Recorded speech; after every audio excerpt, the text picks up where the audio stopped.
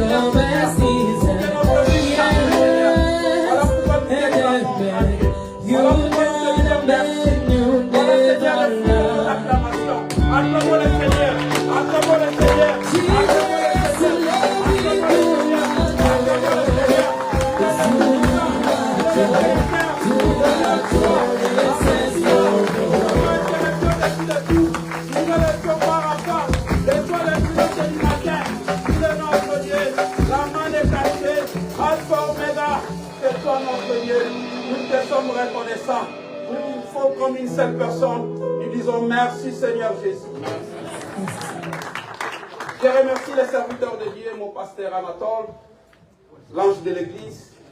Je remercie aussi mon papa, pasteur Mapassa.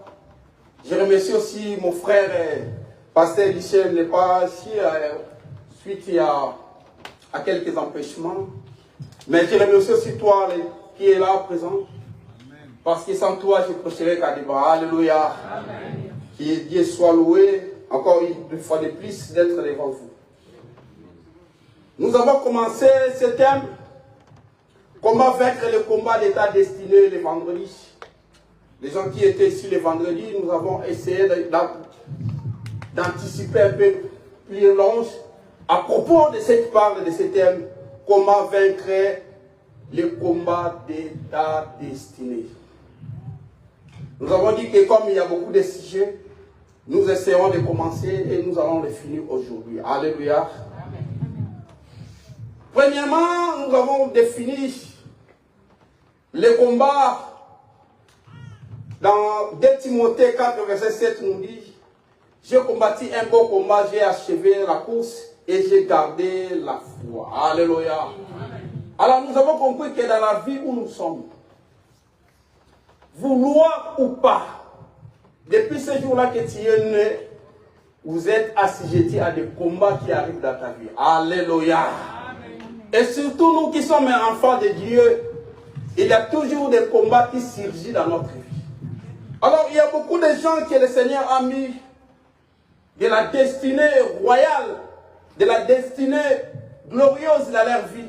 Mais parfois ils ne parviennent pas à s'accomplir dans leur vie. Pourquoi ils ne s'accomplissent pas dans leur vie? Parce qu'ils ne savent pas comment y accéder. C'est pourquoi nous avons parlé de certains principes qui peuvent nous prévenir, qui peuvent nous donner des accès afin que nous rencontrions les bonnes choses que le Seigneur a mis à notre disposition. Bien aimés, nous avons parlé de beaucoup de choses. Nous avons essayé aussi d'expliquer qu'est-ce qu'est la destinée. En définitive, la destinée, si nous lisons dans Jérémie 29, verset 11, l'Éternel nous dit, je sais les projets que j'ai formés pour vous. Ce ne sont pas les projets de malheur, mais ce sont des projets de bonheur, de paix, pour avoir un bon avenir. Alléluia. Amen. Donc nous tous qui sommes ici présents, nous avons des projets de bonheur. Nous avons des projets glorieux. Nous avons des projets de prospérité, de bénédiction, de toutes les bonnes choses que le Seigneur a mis à notre disposition. Mais il arrive des fois, nous n'arriverons pas à obtenir ce que le Seigneur a mis à notre disponibilité. Parce que la Bible nous dit dans Apocalypse 12, 12. Heureux le cieux, mais malheur à la terre, car Satan, il est descendu sur vous. Il est animé avec une grande colère, mais il a paix du temps. Alléluia. Alors, tant que le diable, il est animé avec de grandes colères, notre vie, nous qui sommes enfants de Dieu, nous serons toujours assujettis dans des combats. C'est pourquoi nous avons dit comment vaincre les combats de ta destinée. Le diable est toujours là pour nous combattre. Alléluia. Et nous avons aussi essayé de montrer l'image de Joseph dans Genèse 37. Nous avons lu le premier jusqu'au 11e verset. Nous avons dit que le Seigneur, Joseph avait eu des songes. Il les raconta à son père. Son père Jacob, lorsqu'il avait vu le premier songe, lui avait dit que sera que tu domineras sur nous. Et il y avait eu encore le deuxième songe qui était plus grave. Ils avaient vu le soleil, la lune, et les 11 étoiles se prosternaient devant lui. Son père lui avait construit une tunique de plusieurs couleurs à cause de cette deuxième songe. Alors la Bible nous dit que ses frères-là a eu davantage. Alléluia. Amen. À cause de ces deux songes qu'elle avait eu. La première c'était les gerbes, sa gerbe se tenait debout, et ses frères se prosternent devant ses gerbes. Mais le deuxième, le soleil, la lune et les 11 étoiles. Voilà pourquoi ils ont eu encore davantage. Alors je me pose la question. Parfois nous sommes en train de dire, mais moi qui n'ai pas vraiment de matériel, moi qui n'ai pas vraiment de possibilités, mais comment j'ai toujours eu des attaques dans ma vie parce qu'il y a une étoile qui brille sur toi. Alléluia. Alors comment pouvons-nous savoir que nous sommes des étoiles? Comment pouvons-nous savoir que le Seigneur a mis quelque chose de grand dans notre vie? Nous allons le savoir moyennant des songes et des visions. Peut-être que toi tu diras que non, il n'y a pas un prophète qui a prophétisé pour moi, pasteur. Mais je voudrais te dire que dans Jérémie 19, verset 11, l'Éternel a dit que j'ai formé des projets de bonheur et de paix pour toi. Alléluia. S'il y a quelqu'un qui n'aime pas prophétiser pour toi, mais le Seigneur Dieu lui-même, il a déjà prophétisé pour toi. Amen. Tu as une bonne nouvelle. Amen. Tu es assujetti à être quelqu'un de paix, à être quelqu'un de bonheur. Amen.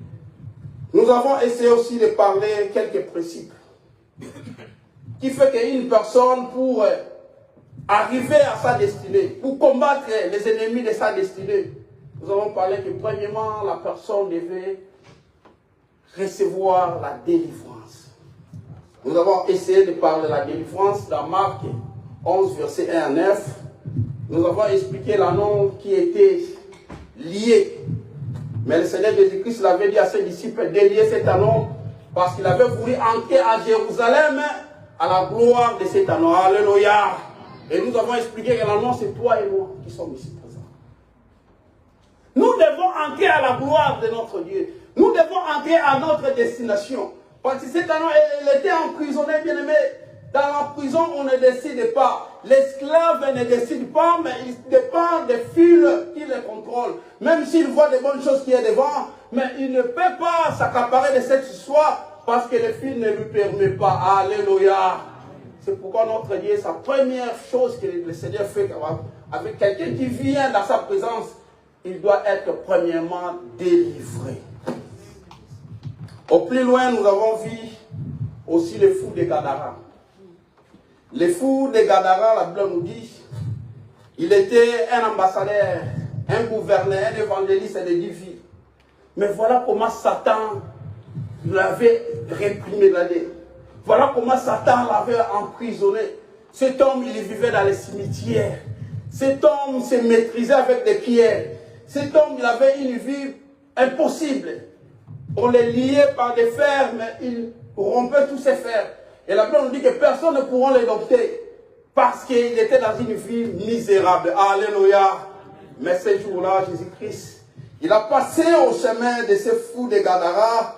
Il a été sauvé. Il a été guéri de cette maladie, de cette folie qui était dans sa vie. Alléluia. Et après, le Seigneur lui avait dit d'aller évangéliser. Alors, en définitive, si nous voyons cet homme, c'était quelqu'un qui avait de la destinée glorieuse. Mais voilà comment Satan lui avait emprisonné dans la folie. Bien aimé. C'est pourquoi nous avons dit que pour que le Seigneur travaille dans la vie de quelqu'un, pour que le Seigneur fasse sa grâce dans la vie d'une personne, il faut premièrement que la personne soit délivrée. Alléluia. Et nous avons aussi essayé de montrer comment une personne peut être délivrée. Et nous avons dit dans Psaume 34, verset 17, la Bible nous dit que lorsque nous crions en notre Dieu, il est toujours là pour nous délivrer. Alors, nous recevons la délivrance lorsque nous crions en notre Dieu. Seigneur, revois ma situation. Seigneur, voici cette situation où je me trouve aujourd'hui. C'est vraiment, je suis dans une situation difficile, oh mon Dieu, mon roi. Lorsque nous prions à notre Dieu, il est toujours là pour nous délivrer de nos problèmes. Alléluia. Alors nous avons aussi expliqué la délivrance quotidienne dans notre vie. Car lui-même, le Seigneur Jésus-Christ, il avait dit aux disciples, voilà comment vous devez prier. Les prières de notre Père. Il nous avait dit, ne nous ennuie pas à la tentation, mais délivre-nous du mal. Alléluia. Délivre-nous du mal. Bien aimé, le mal nous entoure tous les jours dans nos vies. Peut-être tu es un conducteur, tu es un chauffeur. Quand tu passes dans l'autoroute, tu vois que oui, je suis seul, mais il y a des esprits aussi qui marchent dans l'autoroute. Quand tu sors dans ta maison et tu arrives au lieu de travail, il faut glorifier notre Dieu. Parce que tu ne sais pas ce que le diable a mis à ta disponibilité. Alléluia. C'est ça, nous devons toujours dire à notre Dieu de nous délivrer. Partout où nous sillonnons, partout où nous partons, de tout mouvement que nous allons faire dans nos vies, nous devons intervenir notre Dieu pour nous délivrer. Et puis nous avons aussi parlé, le deuxième point, c'était le respect de l'instruction. Nous avons montré dans Josué 6, verset 11 à 16, pour que le mur de Jéricho soit tombé ou ébranlé, la Bible nous dit qu'il faut qu'il fasse 7 tours dans la ville de Jéricho. Et le 7e jour, il faut qu'il fasse encore 7 tours. Et les sacrificateurs en criant, et le mur était ébranlé. Alléluia. C'était une instruction que le Seigneur avait montrée à Josué. Combien de fois plus que nous avons toujours eu des instructions que nous ne respectons pas ces instructions.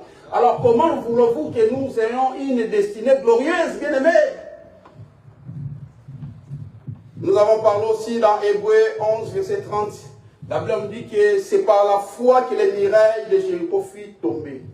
Donc un enfant de Dieu, c'est quelqu'un qui a la foi de tout ce qu'il est tenté d'entreprendre. Bien aimé, si tu viens à l'église, tu as toujours l'habitude de penser que non, moi, mes histoires, ou ma vie, où je suis en train de voir, je resterai toujours de la même. L'Éternel ne fera jamais à ta place, bien aimé. Mais toi qui as des problèmes, tu es dans ce salle, tu dois crier à l'Éternel, car la Bible nous dit dans Psaume 91, verset 14, lorsque nous crions à l'Éternel, il est là pour nous délivrer. Alléluia.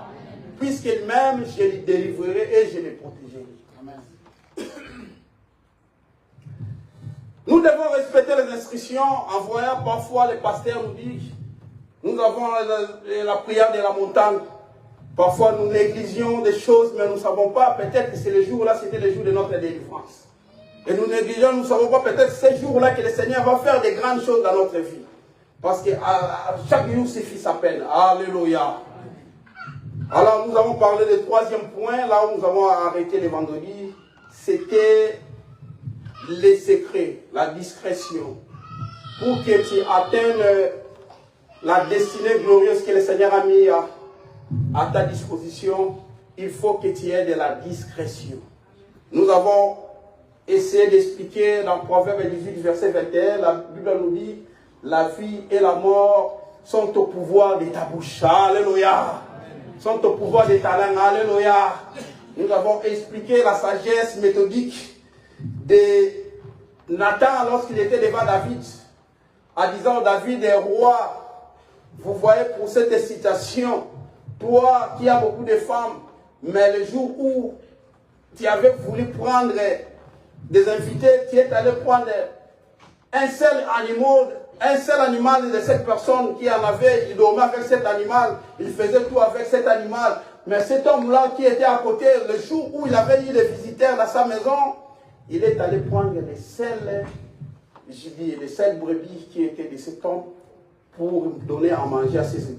Le roi David lui avait dit que qui a fait ça mérite la mort. Il avait dit, c'est toi le roi, tu as beaucoup de femmes, mais pourquoi as-tu pris la femme de Bathsheba?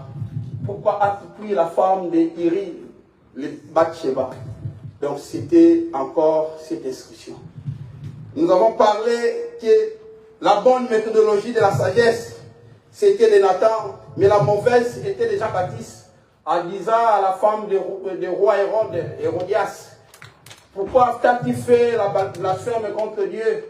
Pourquoi as-tu fait les incestes en prenant la femme, toi qui étais la sœur de ta femme qui était défaite, qui est morte, mais toi tu as pris sa place. Suite à cela, la Bible nous dit que le jour de la fête, son enfant lui avait demandé sa tête. Alléluia! Cette femme est allée dire non, tu diras au roi que je veux la tête de Jean-Baptiste. Parce que cette femme était choquée de cette parole. Nous avons dit qu'il faut avoir vraiment de la méthodologie de parler avant de faire quelque chose. Il faut vraiment avoir de la discrétion.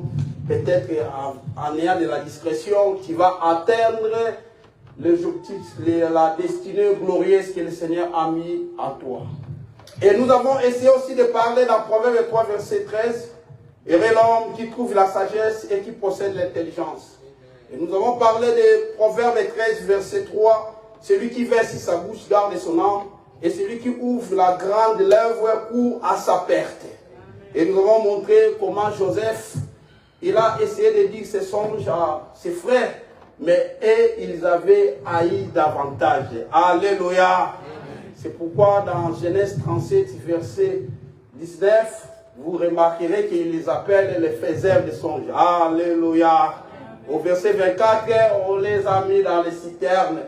Au verset 31, ils ont pris ces vêtements en décorant du sang de chèvre pour dire à son père que Joseph a été déchiqueté par des animaux sauvages. Alléluia. Parce qu'il n'avait pas de secret. Alors aujourd'hui, nous allons encore continuer le quatrième et troisième point. Et nous avons encore parlé de Samson. Et toutefois, sa femme Dalila voulait savoir qui était le secret de sa force. Le jour où il lui avait dit que si les rames passera dans mes cheveux, je serai comme un pluton long. C'est le jour-là que les Philistins ont pu s'accaparer de Samson et on lui avait crevé les yeux. Alléluia. Par manque de secret. Alors aujourd'hui, nous allons parler du quatrième point. Avant de commencer, nous allons lire dans Matthieu 2, nous allons nous mettre debout, bien aimés. Nous allons lire Matthieu 2, nous allons commencer du 7e au 10e verset en son temps, nous allons encore de 13 à 14. Alors Hérode fit appeler en secret les mages, s'enquit soigneusement auprès d'eux depuis combien de temps l'étoile brûlait, il leur demandait. Puis il envoya à Bethléem en disant, allez et prenez les informations exactes sur les petits enfants. Quand vous l'aurez trouvé, faites-les moi savoir afin que j'aie aussi moi-même l'adorer. Verset 9. Après avoir entendu le roi, il partit et voici l'étoile qui avait vu en Orient, allant devant et jusqu'au moment où, arrivé au-dessus du lieu où étaient les petits enfants, elle s'arrêta. Et quand il aperçut les étoiles, il fut saisi d'une très grande joie. Nous sortons le verset 13. Lorsqu'il fut parti, voici un ange du Seigneur apparut en songe à Joseph et dit, lève-toi, prends l'enfant, prends les petits enfants et sa mère, fuis en Égypte et restez jusqu'à ce que je te parle. Car Hérode cherchait les petits enfants pour les faire périr. Alléluia. Amen. Nous allons nous mettre au nom de Jésus-Christ. Bien-aimés, nous sommes dans la bataille spirituelle.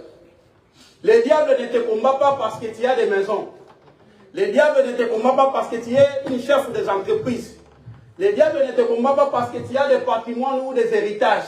Mais le diable te combat parce que tu as une étoile qui est en toi. Alléluia.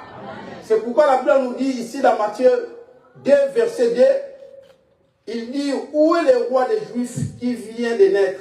Car nous avons vu son étoile à l'Orient. Bien aimé, c'est ça qui attire le diable. Et parfois tu te poses des questions. Moi, je n'ai plus rien. Mais je n'ai pas de matériel. Je n'ai plus rien. Mais comment c'est pour moi dans ma vie? Et tout ce que je fais, ça ne réussisse pas. Bien aimé, parce que le diable voit ce qui est en dedans de toi. Alléluia. Alors, comment pouvons-nous faire pour que tout le plan que le Seigneur, le diable est en train de projeter dans ta vie, pour que tu aies de l'échec? C'est ce que nous avons énuméré. Maintenant, aujourd'hui, nous allons parler des quatrième points qui nous donnera des victoires afin d'accomplir la bonne destinée glorieuse que le Seigneur a mis à notre disposition. Le quatrième point que nous allons parler, comment vaincre le combat de ta destinée, c'est avoir la vie de prière et la connaissance de la parole de Dieu. Nous allons encore lire dans Psaume 119, verset 5. La Bible dit que la parole est une lampe à mes pieds et une lumière sur mon sentier. Une ville située au-dessus de la montagne peut être cachée. Bien aimé, ici on nous parle de la parole de Dieu qui est une lampe à nos pieds et une lumière à nos sentiers. Bien aimé, est-ce que tu es une personne de la prière? La Bible nous dit que la prière ouvre toutes les portes. Quelqu'un qui prie est capable de tout. Alléluia. Bien aimé, si tu pries, tu es capable de faire toutes choses dans ce monde. Si tu es quelqu'un de prière, même les obstacles peuvent venir dans ta vie, mais trop tard, tu sortiras toujours la tête levée. Comment pouvons-nous lutter le combat de notre destinée? Comment pouvons-nous faire tomber les ennemis qui luttent dans la destinée glorieuse que le Seigneur a à notre disposition? Nous devons avoir la vie de prière. Ici, la Bible nous dit que c'était pendant la nuit. Tout le monde qui était dans la prison, il regardait Paul et Silas en train de chanter, en train de prier. Il les voyait comme des fous. Ils disent, qu'est-ce que fait son somme? Est-ce qu'ils vont sortir dans ce lieu? Non. Personne n'imaginait ce que le Seigneur va faire dans cette prison. Personne ne disait que non, est-ce que le Seigneur va venir leur libérer de ces lieux?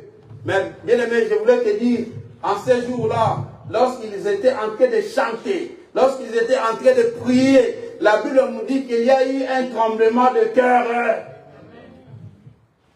Bien aimé, toute fois que tu pries, toute fois que tu es dans la présence de Dieu, peut-être toi tu vois que non, je suis en train de faire quelque chose, bon, je suis en train de faire quelque chose quotidien. Mais non, ce ne sont pas des choses quotidiennes que tu es en train de faire, mais tu es en train de terrasser les dragons, bien aimé. Tu es en train de terrasser l'ennemi, bien aimé. Il faut avoir la vie de prière, bien aimé. Il faut avoir la connaissance de la parole de Dieu. Le diable est toujours là. La Bible nous dit que l'enfant, ils ont voulu savoir l'étoile des enfants. Mais en même temps, Hérode cherchait l'endroit où était l'enfant pour le tuer, bien aimé. C'est pourquoi dans notre vie, il y a toujours des combats dans notre vie. Peut-être que tu diras que non, moi je n'ai pas de combat. Dans ton entreprise, il y a toujours des gens qui vont te combattre. Dans ton entourage, il y a toujours des gens qui te combattent. Ils ne te combattent pas parce que tu as des voitures, des grosses voitures, ou quelque que ce soit. Mais ils combattent l'étoile que le Seigneur a mis à ta disposition, bien aimé. Maintenant, le diable est venu réinverser les choses. Quand nous grandissons, nous avons commencé à voir les enfants de nos tantes venir dans nos maisons, les enfants de nos oncles venir dans nos maisons. Maintenant, lorsque nous sommes grandis, ils ont inversé les choses. Maintenant, c'est nous maintenant aller dans leur maison. Alléluia. Mais bien aimé, tu ne dois pas dire que non, ça c'est normal. Non, ce n'est pas normal, bien aimé. C'est le diable qui est tenté de d'étouffer ta destinée, bien aimé. Tu dois te mettre et de dire que non, ce sont eux qui viennent dans notre maison. C'est nous aussi qui sommes des chefs dans cette famille. Mais pourquoi cette situation nous arrive-t-il, bien aimé? Parfois nous disons non, c'est normal. Non, bien aimé, ce n'est pas normal. Nous devons être des personnes de prière. Parce que la Bible nous dit que quelqu'un qui prie, il est comme une ville qui est située au-dessus de la montagne. C'est quelqu'un qui est éclairé, bien aimé. Tout le monde te voit, tu es éclairé, bien aimé. C'est pourquoi nous devons lutter contre ces esprits. Comme la Bible nous dit que Joseph, il avait eu la révélation de fuir avec l'enfant en Égypte. Parce qu'il était un homme de prière. Parce qu'il était un homme qui craignait Dieu. Toutefois, nous sommes des hommes qui craignent Dieu. Et toutefois, nous sommes toujours dans la parole de Dieu. Le Seigneur va commencer à nous révéler des choses cachées dans nos vies. C'est pourquoi la Bible nous dit qu'invoque-moi l'Éternel. Je te ferai voir des choses cachées que tu ne connais pas. Tu prends ça comme des routines. Non, j'ai pris cette marche comme ça chaque dimanche. Mais bien aimé, chaque fois que nous sommes venus ici à l'église, c'est pour les batailles spirituelles. Parce qu'il y a des camps qui sont au devant de nous. C'est le camp des diables et le camp de Jésus-Christ. Bien aimé, es-tu dans quel camp, bien aimé? Verset 13-14, il dit que non, Hérode cherche l'enfant pour le tuer. Bien aimé, les diables rôdent toujours. La Bible nous dit que les diables, soyez prudents et sobres, vaguez toujours à la prière. La Bible nous dit dans Psaume 34, verset 20, le malheur atteint souvent le juste, mais Dieu l'en délivre toujours. Pour cette citation qui sera toujours délivrée, même si maintenant tu ne vois pas, même si maintenant tu es dans la détresse, tu es dans l'angoisse, mais je voulais te rassurer, le malheur atteint souvent le juste, le Seigneur Dieu viendra te délivrer. Moi j'étais un SDF, sans domicile fixe. J'étais sans papier. Là c'était ce temps-là, en 2023. Mais aujourd'hui, je suis une personne dans d'autres catégories. Alléluia. Est-ce que je pensais que je pourrais avoir aussi du travail? Est-ce que je pensais que je pourrais avoir aussi des maisons? Est-ce que je pensais que je pourrais avoir cette vie? Mais nous avons confié à l'Éternel ce Dieu-là. Nous avons prié ce Dieu-là. Nous avons invoqué ce Dieu dans les déserts. Mais il nous a répondu. La Bible nous dit ceux qui étaient dans les régions inférieures, ils ont vu la lumière se resplendir. Ta vie ne restera pas la même, bien-aimée. Parce que tu pries le Dieu Tout-Puissant. Parce que tu pries le Dieu, le Créateur. Parce que tu pries le Dieu qui est le Seigneur de toutes choses, bien-aimé. Qu'il pleuve, qu'il neige, il aura toujours son temps. Et il y a toujours un temps de bonnes nouvelles, bien-aimé. Tu vas commencer à crier. Tu vas commencer à chanter seul. Les gens parfois te voient à la rue, parfois te voient, je ne sais pas moi, à l'arrêt de bus. Mais ils parlent de seul pourquoi? Parce que tu as appris ce que tu veux. Alléluia. Nous avons le droit de faire cette conquête. Nous avons le droit de gagner cette bataille. Parce que nous avons Jésus-Christ de Nazareth. Nous ne combattons pas pour la victoire parce que nous sommes dans la victoire. Vous savez, ce jour-là, David, dans 1 Samuel 17, verset 32, Goliath, lorsqu'il arrivait toujours devant les armées d'Israël, il faisait des défis, il montrait ses muscles. Tous les enfants d'Israël se reculent, disent, qui va combattre avec cet homme qui est de 3 mètres, cet homme qui est... Non, non, non, personne ne saura. Il a commencé là. Même le roi Saoul disait à David, tu ne peux pas se battre avec cet homme, parce qu'il a commencé l'armée depuis son enfance. Mais David avait dit en verset 32, 1 Samuel 17, verset 32, ne te décourage pas, mon roi, ne te décourage pas, car ton serviteur allait se battre avec cet homme. Qui est-il, cet incirconcis, pour essayer d'un peu de sottises au peuple de Dieu vivant, insulter l'armée de Dieu divine.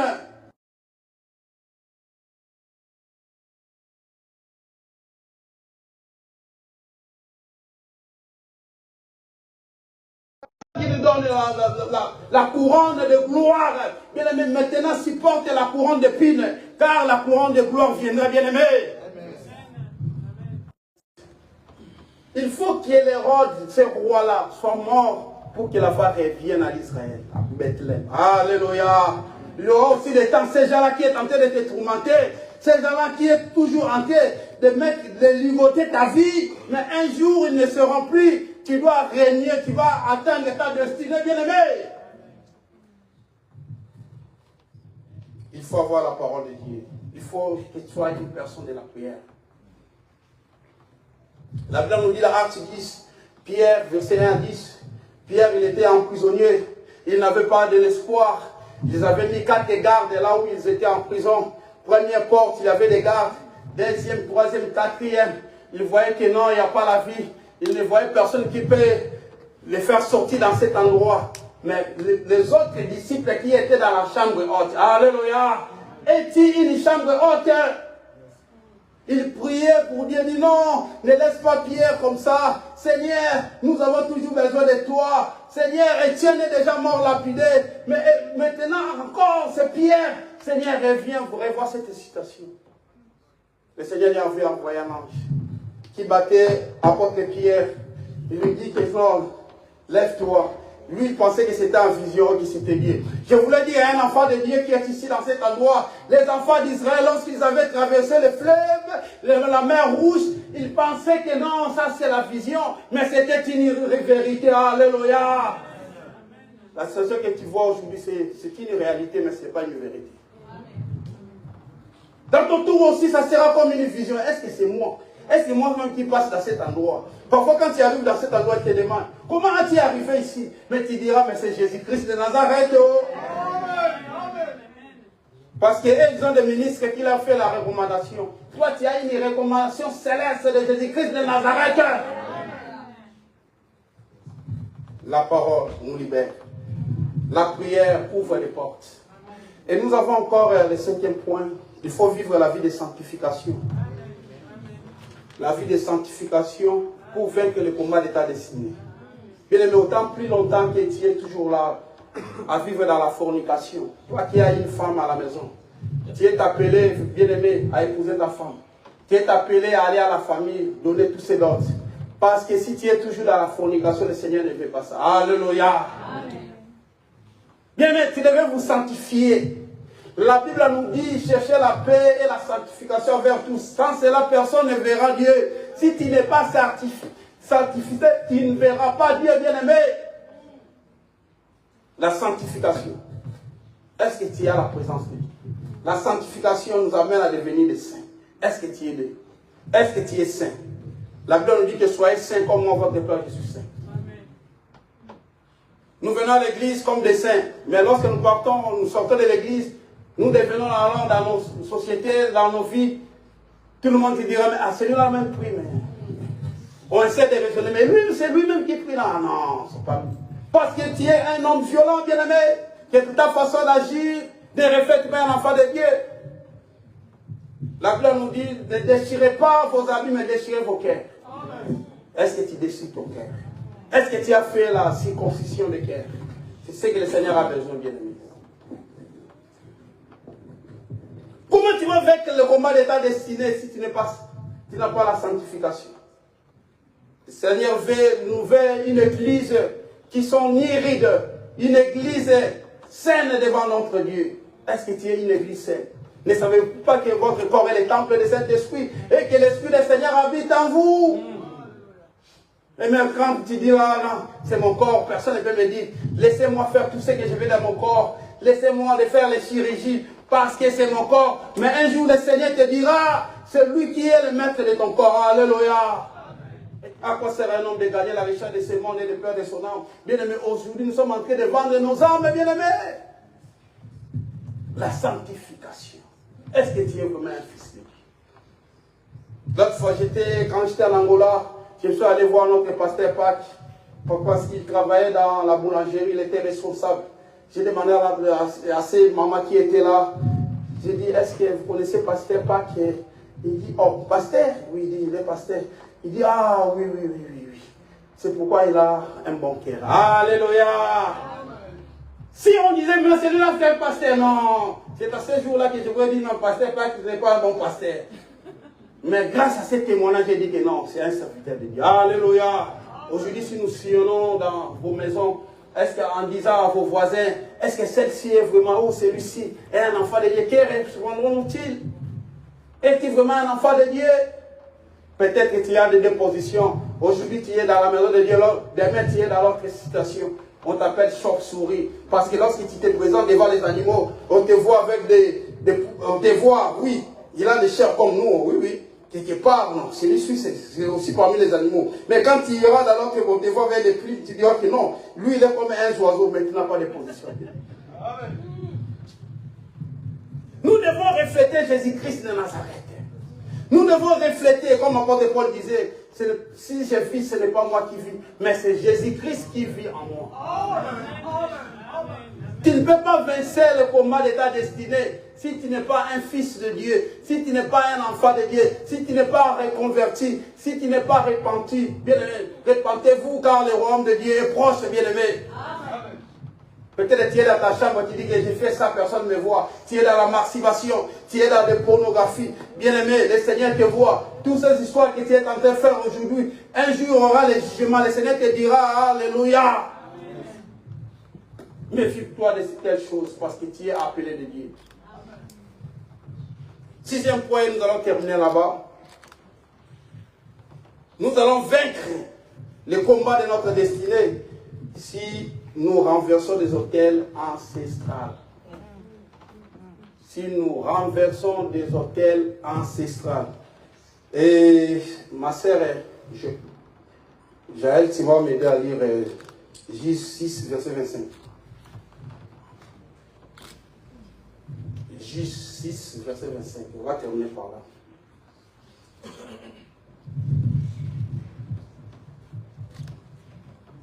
Comment vaincre le combat de notre destinée?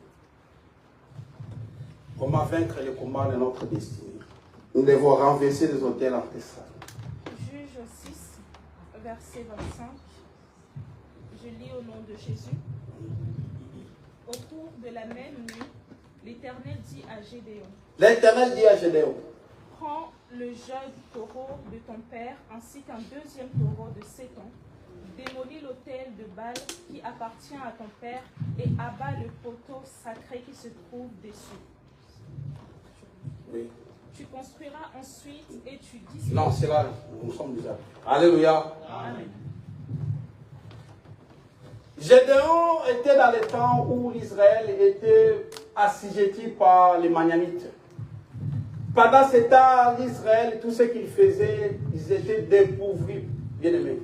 Lorsqu'ils faisaient les champs, aux récoltes, ce sont les Manianites qui viennent prendre leurs animaux. Tout ce qu'ils faisaient, vraiment, ils étaient dans la débandade. Gédéon en disant, est-ce que ce que nos pères nous ont dit, est-ce que tous ces problèmes qui nous surgissent aujourd'hui, est-ce que vraiment il n'y a pas de solution? C'est vrai que ce que le Seigneur nous a dit, que le Seigneur était avec nos pères, il les avait traversé les mers rouges. Mais aujourd'hui, voilà la souffrance.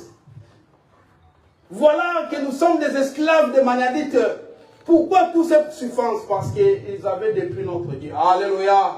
Le Seigneur leur avait dit de ne pas se marier avec des femmes qui n'étaient pas des Israéliens. Ils avaient dit de ne pas se marier avec des femmes non croyantes. Mais eux, ils avaient fait des alliances avec des femmes étrangères. Alléluia. C'était ça qui a fait que le Seigneur dépleut ce peuple d'Israël. Alors, maintenant, toutes ces souffrances, ils avaient invoqué le nom de l'Éternel. Le Seigneur apparut à Gédéon, il lui appela vaillant héros. un homme de force, un homme qui peut agir, me dit pourquoi on m'appelle ici vaillant héros, moi qui suis petit dans le tribu de Manassé. Tout ce que nos pères nous ont dit, légué, mais aujourd'hui on ne voit pas la force de l'Israël. Jusqu'à ce qu'il avait dit, si vous réellement ce que tu me dis, ça sera ainsi, laissez-moi aller préparer une offrande pour toi. Pour voir que ce que tu me dis en tant que vaillant héros, c'est moi qui dois sauver ce peuple, les Manadites. Je voulais que tu me confirmes ça. Il est allé prendre un peu de farine, un peu de chevreau et un peu de jus. Il avait consacré à l'Éternel jusqu'à ce qu'il ait fait consciemment ses offrandes et il ne voit plus l'ange. Lorsqu'il a vu comme ça, il dit que non, je mourrai parce que j'ai vu Dieu face à face. Et l'Éternel, comme lui avait dit, et après le Seigneur, il revient en disant, Gédéon, ce qui t'empêche pour que tu sois parmi les gens vaillants qui feront en sorte de sauver ta ville, il faut que tu détruises les autels de ton Père. Alléluia. La destruction des autels. Parfois, nous subissons aujourd'hui et nous n'arriverons pas à gagner le combat de notre destinée.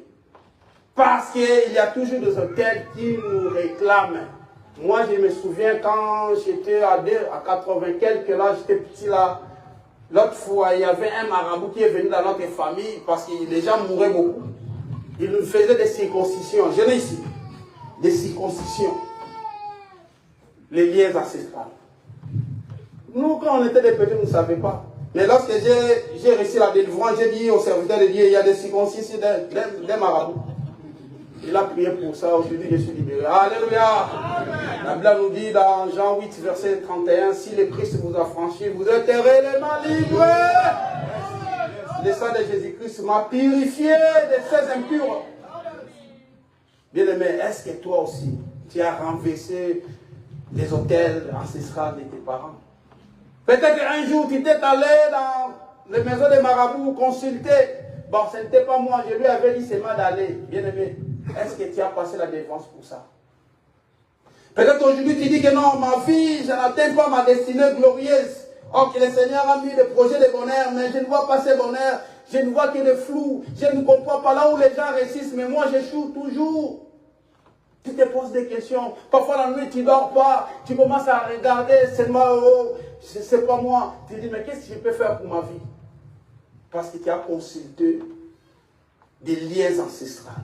Alors, ici, la Bible dit que Gédéon, il avait eu l'ordre venant de Dieu d'aller détruire les autels de son père. Son père, il avait de Dieu des balles. Comme il était dans ce domaine de spiritualité, des balles. Donc il devait faire ça la nuit, la Bible nous dit. Parce que Gédéon avait peur des gens de la ville. Parce que toute la ville était dans cette difficulté. Toute la ville était vraiment dans cette ténèbre. La ténèbre régnait dans cette ville. Il disait que qu'est-ce qu'il peut faire? La Bible nous dit qu'il a préféré le faire la nuit. Alléluia. Si c'était le temps là, c'était le temps de la loi. Maintenant, nous avons le temps de la grâce.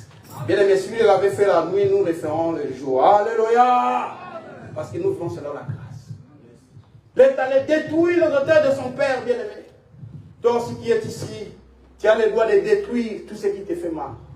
C'est pourquoi lorsque nous disons que nous allons réclamer le feu de Dieu pour briser toutes les œuvres du monde du ténèbre, bien aimé, tu as cette autorité de réclamer le feu pour qu'il brise tout ce que le diable a mis à ta disposition pour que tu ne résistes pas, bien aimé.